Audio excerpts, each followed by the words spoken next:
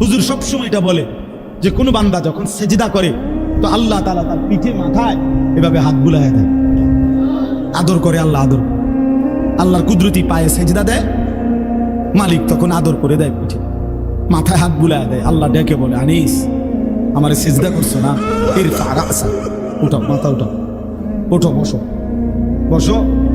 আর কিছু বলবা কিনা বলো। তো বান্দা বলে আত্তাহিয়াতু লিল্লাহি ওয়াস সালাওয়াত ওয়াত তাইয়্যিবাত। আল্লাহ বলে আচ্ছা আমার প্রশংসা করলাম, খুশি হলাম, আর কিছু? আল্লাহুম্মা সাল্লি আলা মুহাম্মাদ ওয়া আলা আলি মুহাম্মাদ। ও মাশাআল্লাহ, আমার বন্ধুর প্রশংসা করলা, দুরূদ পড়লা, আমি এত খুশি হলাম, এখন কিছু আর বলবা? তো বান্দা বলে আল্লাহ সেজদা দিয়ে আপনার কাছে আসলাম, আপনার প্রশংসা করলাম, আপনার বন্ধুর দুরূদ পড়লাম, একটা উদ্দেশ্য আছে, মাকসাদ আছে। কি মাকসাদ, কি উদ্দেশ্য? আল্লাহুম্মা ইন্নী যালামতু নাফসি যুলমান কাসীরা। আয় মাওলা, আমি বড় নাফরমান মাওলা, আমার গুনাহ অনেক বেশি মাওলা, আর আমি জানি ওয়ালা ইয়াগফিরুয যুনুবা ইল্লা আনতা, আপনি ছাড়া আর মাফ করার কেউ নাই। এই জন্য আপনার এত কাছে আসলাম, আপনার স্পর্শ পেলাম, আপনার বড় আকরাব ঘনিষ্ঠ হলাম।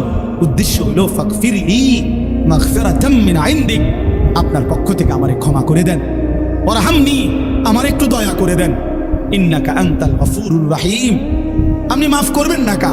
আপনি তো ক্ষমাশীল, আপনি দয়া করবেন না কেন? আপনি তো রহিম, দয়াবান। আল্লাহ বলে কস কি রে বান্দা, এত আদর করে বললে মাফ না করি কেন? হ্যাঁ, কি কইছেন এখন? আল্লাহু আকবার। এই জন্য বান্দা যখন সালাম ফিরায় এই ডানে বামে, তখনই একবার কি পড়ে আল্লাহ, অর্থাৎ উদ্দেশ্য হলো সে সালাম ফিরাইয়াই আল্লাহু আকবার বলে, বলে আর মানুষের জানায় ভাই সাহেব আল্লাহ বহুত বড় মহান, উনি আমার মাফ করে দিয়েছেন। এই জন্য আপনারাই তো কয়ে উঠলেন আল্লাহু আকবার, নিজে নিজে আল্লাহু আকবার।